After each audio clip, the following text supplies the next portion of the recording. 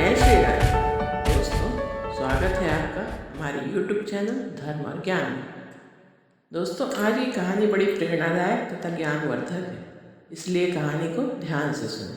यदि आप हमारे चैनल में नए हैं तो चैनल को अवश्य सब्सक्राइब करें और लाइक तथा शेयर करें। यदि कहानी आपको शिक्षाप्रद लगती है तो कमेंट बॉक्स में राधे राधे अवश्य लिखिए।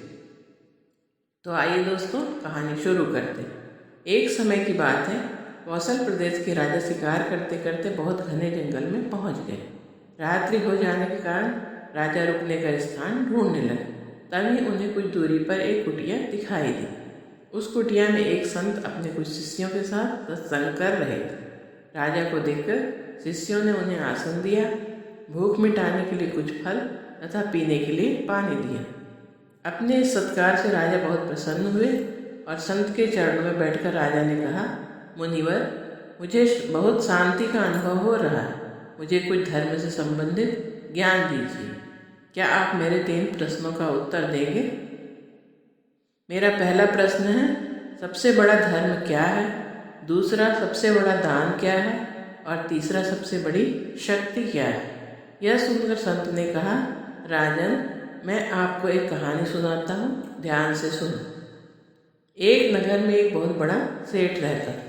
सेठ बहुत ही दयालु और दान धर्म में विश्वास रखता था, लेकिन उसके कोई संतान नहीं थी। इसलिए वह अनाथ बच्चों को ही अपनी संतान समझता और यथासंभव उनकी मदद करता था। कुछ दिनों के बाद सेठ के यहाँ एक पुत्र ने जन्म लिया। वह बालक बहुत सुंदर और शांत प्रकृति का था, इसलिए सेठ ने उसका नाम कुलभूषण रखा। कुलभूषण धीरे धीरे बड़ा होने लगा। घर में धन की कोई कमी नहीं थी, इसलिए सेठ को इस बात का जरा भी अहंकार नहीं था। एक दिन कुलभूषण राजमहल के सामने से गुजरा तो उसने महल में एक घोड़े को देखा। घर आकर उसने पिता से कहा, पिताजी, मुझे एक घोड़ा लाकर दीजिए, मैं घोड़े की सवारी करना चाहता हूँ। सेठ ने कहा, बेटा, घोड़ा बहुत तेज दौड़ता है, आप कैसे सवारी करोगे? लेकिन बेटे की जिद के आगे सेठ को झुकना पड़ा और सेठ ने एक घोड़ा खरीदकर कुलभूषण को दे दिया। अब कुलभूषण रोज घोड़े को लेकर दूर दूर सैर के लिए निकल जाता। इससे उसे बड़ा आनंद आता। अब तो कुलभूषण और सेठ दोनों ही खुश रहने लगे। एक दिन की बात है, कुलभूषण घोड़े को लेकर बहुत दूर निकल गया। अब उसे और उसके घोड़े को बहुत तेज प्यास लग रही थी, लेकिन दूर दूर तक कोई नदी या तालाब नहीं दिख रहा था। दोनों प्यास के मारे व्याकुल थे। तभी कुछ दूर ढूंढने पर कुलभूषण ने देखा कि एक बूढ़ा आदमी पानी पिला रहा है और पानी पीने वालों की लाइन लगी हुई, क्योंकि उस स्थान पर पानी का कोई साधन नहीं था। उसने देखा कि पानी पीने वाले जब ठंडा पानी पीकर तृप्त हो जाते हैं तो वे उस बूढ़े आदमी को आशीर्वाद देते हुए कहते हैं, भगवान तुम्हें खुश रखे, तुम्हारे यहाँ अन्न धन का भंडार भरे और तुम्हारे बच्चे हमेशा सुखी रहें। कुलभूषण ये आशीर्वाद सुनकर सोचने लगा कि जब प्यासे लोग पानी पीकर तृप्त होते हैं तो उनकी आत्मा से इतना अच्छा आशीर्वाद निकलता है, अतः मुझे भी कोई अच्छा काम करना चाहिए। उसने खुद भी जल पिया और घोड़े को भी जल पिलाकर बूढ़े व्यक्ति को धन्यवाद दिया और घर की ओर चल पड़ा। घर आकर उसने अपने पिता से कहा, पिताजी, मुझे 20 घड़े चाहिए। पिता ने कहा, बेटा, इतने सारे घड़ों का तुम क्या करोगे? उसने बूढ़े व्यक्ति की पानी पिलाने वाली सारी बात पिता को बताई। सारी बातें सुनकर सेठ ने कहा, यह तो बड़ा नेक कार्य है। और सेठ जी ने घड़े खरीदकर उस स्थान पर प्याऊ बनवा दिया जहाँ पर दूर दूर तक पानी का कोई साधन नहीं था। अब कुलभूषण रोज सुबह प्याऊ वाले स्थान पर पहुँच जाता और रास्ते से निकलने वाले सभी राहगीरों को ठंडा पानी पिलाता। पानी पीने के बाद सभी राहगीर उसे खूब आशीर्वाद देते, भगवान तुम्हें खुश रखे और तुम्हारे यहाँ अन्न धन का भंडार भरे। अब कुलभूषण बहुत खुश रहने लगा। प्यासे लोगों को पानी पिलाने से उसे इतनी खुशी मिलती थी कि कब सुबह से सांझ हो जाती उसे पता ही नहीं चलता। ऐसे ही समय का चक्र चलता रहा। एक दिन कुछ यमदूत इसी प्राणी के प्राण लेने के लिए उसी रास्ते से गुजरे जहाँ कुलभूषण को पानी पिला रहा था। उन्हें भी प्यास लगी थी, अतः उन्होंने सोचा कि क्यों न हम भी पानी पी लें और फिर आगे की यात्रा करें। यमदूतों ने भी ठंडा पानी पिया और आशीर्वाद देकर चले गए। कुछ दिन बाद वे फिर उसी रास्ते से निकले और फिर ठंडा पानी पिया। अब तो वे यमदूत कुलभूषण के मित्र बन गए। वे अक्सर उसी रास्ते से निकलते तो कुलभूषण से मिलते हुए और ठंडा पानी पीकर उसे आशीर्वाद देते। एक दिन यमराज ने यमदूतों को कुलभूषण के प्राण लेकर आने को कहा तो यमदूत वहाँ से चल पड़े, लेकिन वहाँ पहुँचने पर एक यमदूत बहुत उदास हो गया। कुलभूषण ने उसकी उदासी का कारण पूछा तो उसने बताया कि तुम मेरे मित्र हो और कल दोपहर 12 बजे मुझे तुम्हारे प्राणों का हरण करना है। मैं सर्प बनकर आऊँगा और तुम्हें डसूंगा, क्योंकि कल तुम्हारी मृत्यु निश्चित है। यह सुनकर कुलभूषण पहले तो थोड़ा चिंतित हुआ, लेकिन फिर मुस्कुराते हुए बोला, कोई बात नहीं मित्र, मृत्यु तो अटल सत्य है, फिर किस बात की चिंता। मैं सुबह अपनी पत्नी और पिता से मिल लूँगा और फिर तुम मुझे डसकर मेरे प्राणों का हरण कर लेना। यह कहकर कुलभूषण अपने घर चला गया। दूसरे दिन सुबह उठकर उसने पिता को प्रणाम किया, स्नान पूजा पाठ किया और सोचा कि पत्नी से मिल लूँ, क्योंकि दोपहर में तो मेरी मृत्यु हो जाएगी। जैसे ही पत्नी के पास गया तो उसे देखकर पत्नी ने कहा, स्वामी आप बहुत चिंतित दिखाई पड़ रहे हैं, बताइए आपको किस बात की दुख या चिंता है। उसने कहा, नहीं कोई बात नहीं। लेकिन पत्नी के जिद करने पर उसने यमदूतों वाली मृत्यु की बात बतानी पड़ी। यह सुनकर उसकी पत्नी ने कहा कि जब आप ही इस संसार में नहीं रहेंगे तो मैं जिंदा रहकर क्या करूँगी, अतः मैं भी अपने प्राण त्याग दूँगी। इधर जब इन दोनों में ये बातें हो रही थी, उसी समय एक बूढ़े भिखारी की बेटी ने एक बच्चे को जन्म दिया। जन्म देने के कुछ समय बाद उसने अपने पिता से कहा, पिताजी आप मुझे खाने के लिए कुछ सामान लाइए, नहीं तो मैं भूख से मर जाऊंगी, क्योंकि मैंने पिछले 2 दिनों से भोजन नहीं किया है।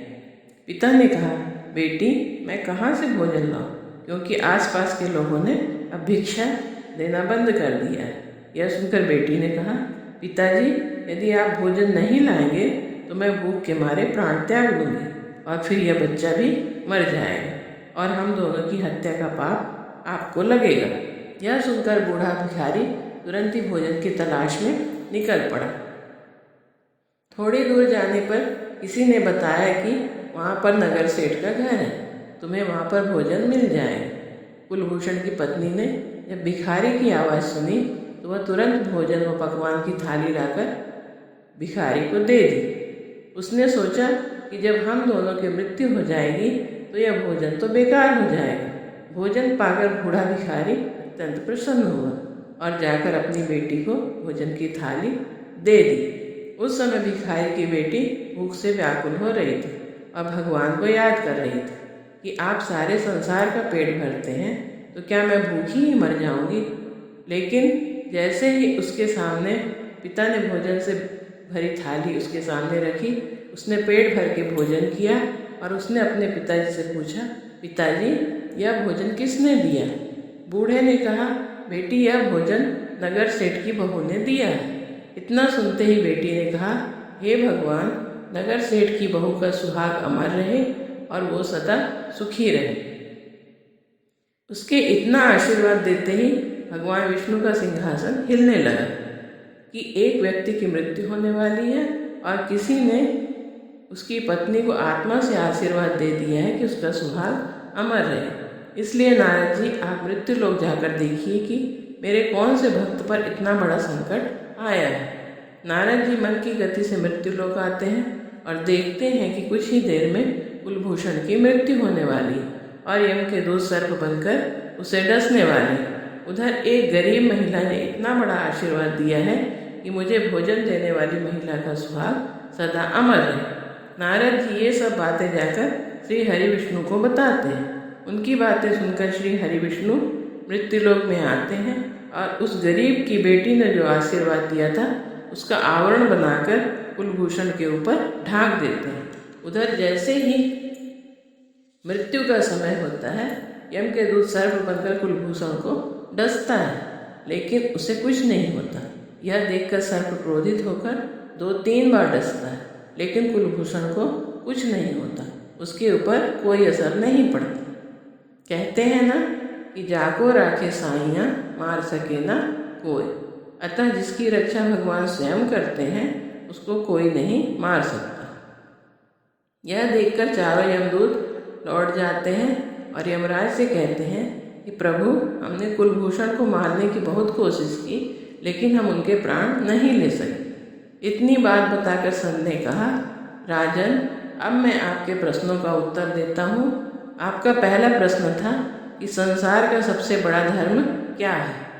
सबसे बड़ा धर्म है ज़रूरतमंद लोगों को दान देना।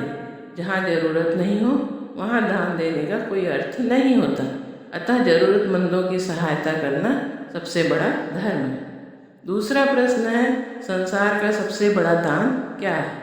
तो संसार का सबसे बड़ा दान अन्नदान है, अर्थात भूखों को भोजन कराना। क्योंकि भूखा व्यक्ति जब पेट भर भोजन करता है और उसे तृप्ति मिलती है तो वह परमात्मा में लीन होकर आशीर्वाद देता है, जिससे भगवान अति प्रसन्न होते हैं। तीसरा प्रश्न है, सबसे बड़ी शक्ति क्या है। तो राजन, संसार की सबसे बड़ी शक्ति आत्मा का परमात्मा में लीन होकर देने वाला आशीर्वाद है, जो बूढ़े भिखारी की बेटी ने नगर सेठ की बहू को दिया था। अर्थात जब आत्मा परमात्मा में लीन होकर किसी को आशीर्वाद देती है तो उसका आशीर्वाद आवरण बन जाता है, जो यम के दूतों को भी हरा देता है और उसके प्राणों की रक्षा करता है। संत की बातें सुनकर राजा बहुत प्रसन्न हुए और उनको प्रणाम करके अपने राज्य की ओर चल पड़े। धन्यवाद। जय श्री राधे। हर हर